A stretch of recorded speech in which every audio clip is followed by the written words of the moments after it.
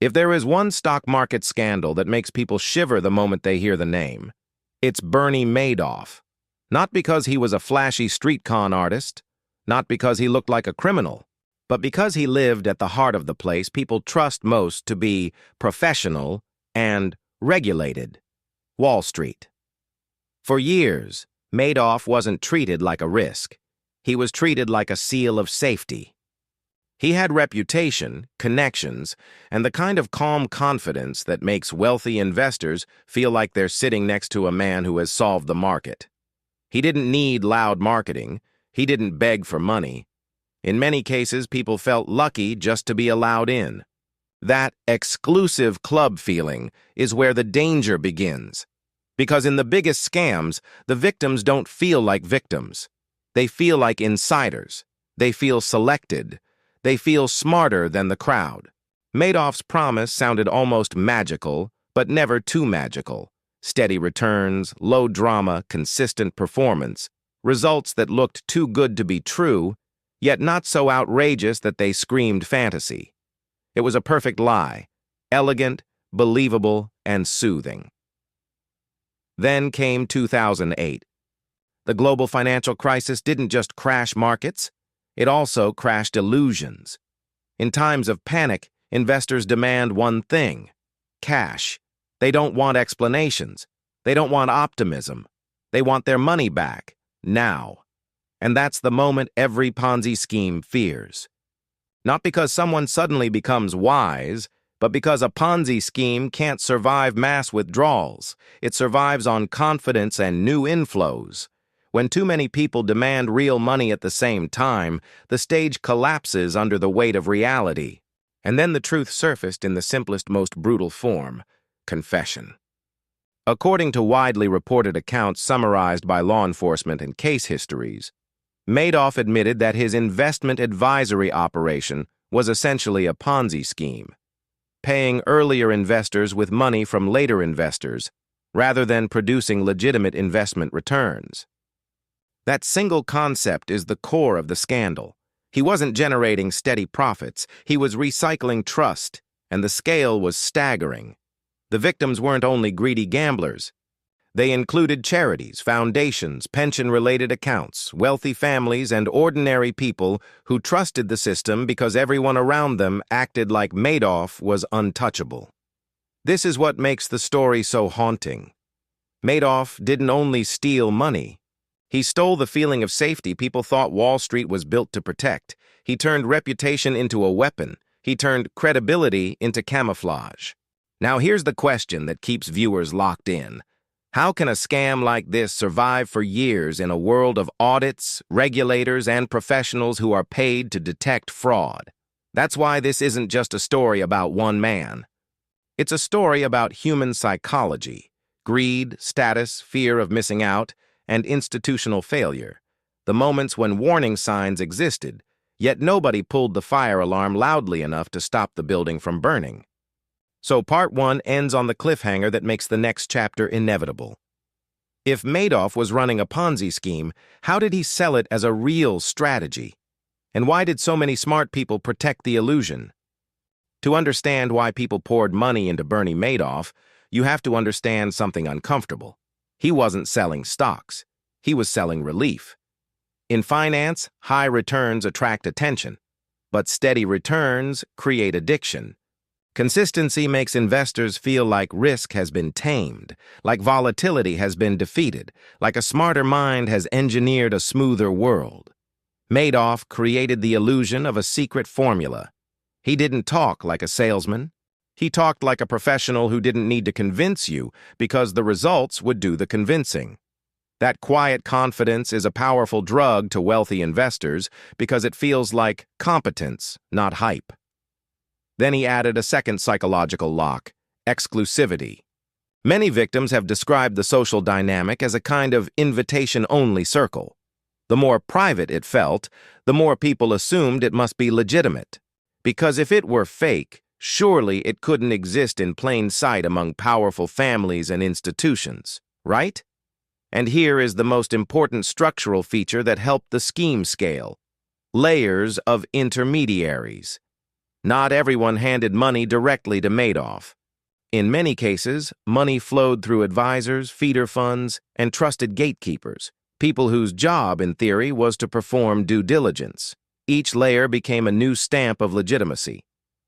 If my advisor recommends it, it must be safe. If that fund is in it, it must be real. If other rich families are in it, it must be vetted. That's how a Ponzi scheme becomes a social system. Trust gets packaged, transferred, and multiplied. And once enough people believe, the scam gains something even more valuable than money: social immunity. Critics become outsiders who don't get it. Skeptics become people who missed the opportunity.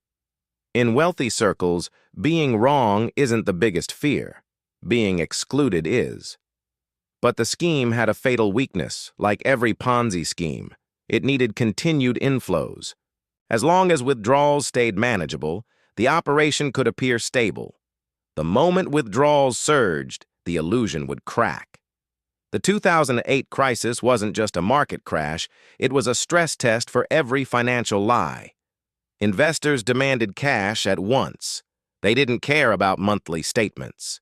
They cared about real money leaving the building, and that's where the scheme met its wall. This part of the story is crucial for your channel because it teaches a shocking lesson. Fraud can look professional for years if the environment supports it. Madoff didn't need to outperform the market. He only needed to outperform people's skepticism. Part 2 ends with the cliffhanger that pulls viewers deeper into the scandal. But if the logic is this simple, why wasn't it stopped earlier? Who saw the math and tried to warn the world? That takes us straight into Part 3, how a Ponzi scheme actually runs day to day, and how warning signs were reportedly missed. This is the part where you stop telling a biography and start telling a machine story, because the Madoff scandal is not just a man. It's a mechanism that fed on trust. Picture this. You invest with a manager who promises steady returns. Every month, a statement arrives. It looks clean. It looks official. It tells you you're winning. You feel smart. You feel secure. You tell friends. They invest too. The circle widens. But behind the scenes, no real investment engine exists. A Ponzi scheme works like this. Money from new investors is used to pay older investors who want withdrawals. The returns are not generated in the market. They're generated by incoming cash and by the illusion created by paperwork. That's the key word, paperwork. Because Madoff didn't only lie verbally, he delivered documents, statements, performance reports, account summaries, things people associate with legitimate finance. In a Ponzi scheme, those documents are props. They don't represent reality. They represent what the operator needs you to believe. Now, why did it work for so long? Because the scheme didn't collapse from discovery. It collapsed from demand. As long as inflows were strong and withdrawals were limited, the operator could keep paying. The victims would say, "I got paid, it's real." The system is self-validating. Every withdrawal paid successfully becomes marketing for the next deposit. Then the environment changes, like 2008. Panic increases withdrawals. Suddenly the operator can't meet redemptions, and the fraud reveals itself not through a confession of guilt, through a failure of cash. Now we add the part that makes viewers feel outrage beyond the scammer: warnings. In many accounts of this case, one of the most frequently referenced whistleblowers is Harry Markopoulos, who repeatedly raised concerns to the SEC, arguing that the returns were mathematically improbable and inconsistent with what a real strategy could produce. This is where your storytelling turns into a thriller. One analyst staring at numbers and saying, "This can't be real," while the system responds with silence, delay, and underreaction. You don't need to claim a conspiracy. You simply narrate the pattern that has been widely discussed. Warnings existed, yet the scheme continued. That transforms the scandal into a broader question about institutional failure, how incentives, bureaucracy, or complacency can allow fraud to grow. And then comes the emotional weight. Victims. This wasn't only about wealthy gamblers. Charities lost endowments, families lost retirement, people lost life savings, and in some cases the meaning of security itself. That human cost is what makes the Madoff scandal timeless. It is not only a financial crime, it is a betrayal of trust on a scale so large it reshaped how the public thinks about finance. Part 3 ends with the line that makes viewers stay for the punishment. When the mask finally fell, the courtroom didn't just ask, "What did you do?" It asked, "How many lives did you destroy?"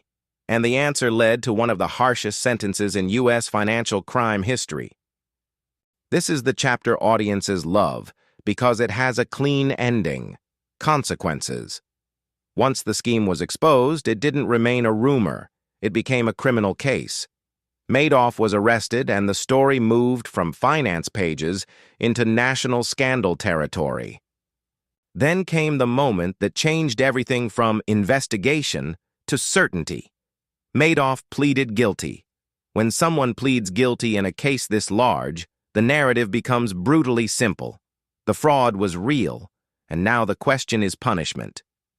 In 2009, Madoff was sentenced to 150 years in prison, a sentence widely described as symbolic, designed to ensure he would never walk free again.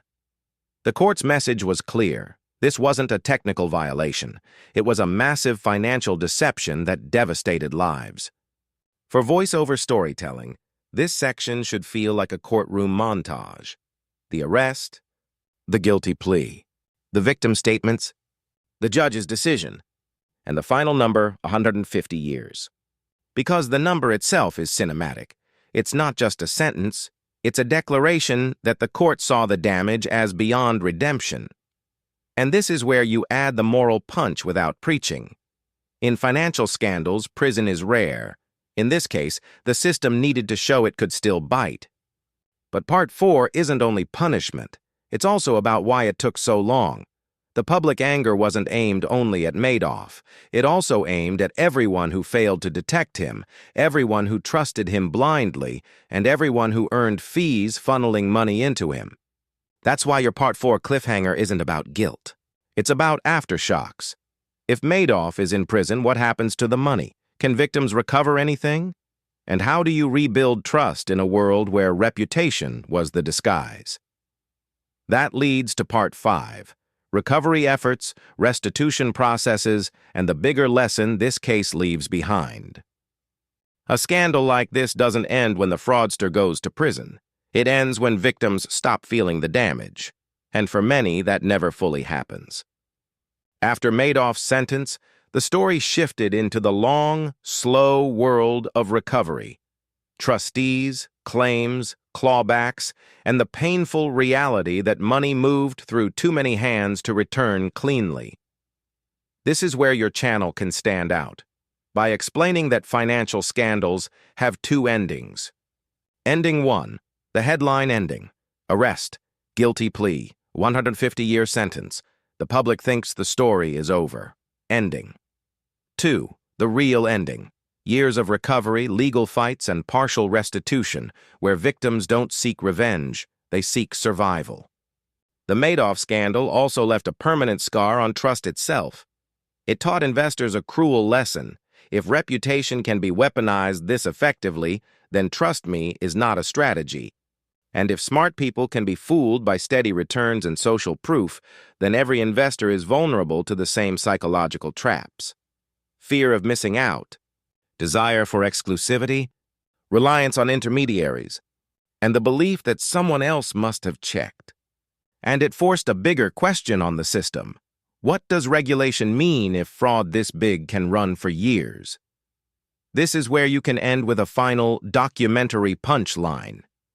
Madoff didn't just steal money. He stole the feeling that the financial world is rational.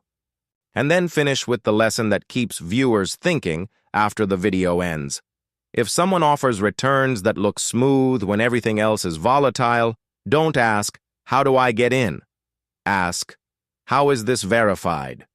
Demand transparency. Demand independent oversight. Demand explanations that survive basic math. Because the final scandal isn't only Madoff, it's the idea that trust can be mass-produced and sold without proof.